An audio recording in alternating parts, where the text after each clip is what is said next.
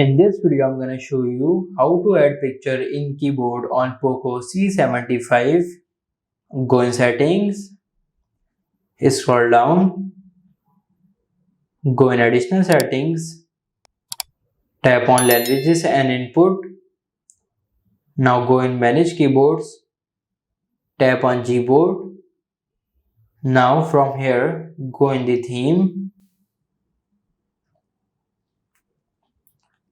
If you scroll down, here you get the background colors and some landscape photos. But I want to add custom photos, so I will simply tap on plus icon. Now I will simply select the picture from my gallery. I will simply tap on next. Now here you will get the adjust brightness option. For example, I want to increase the brightness. Now it is looking good. I will simply tap on done. Tap on apply.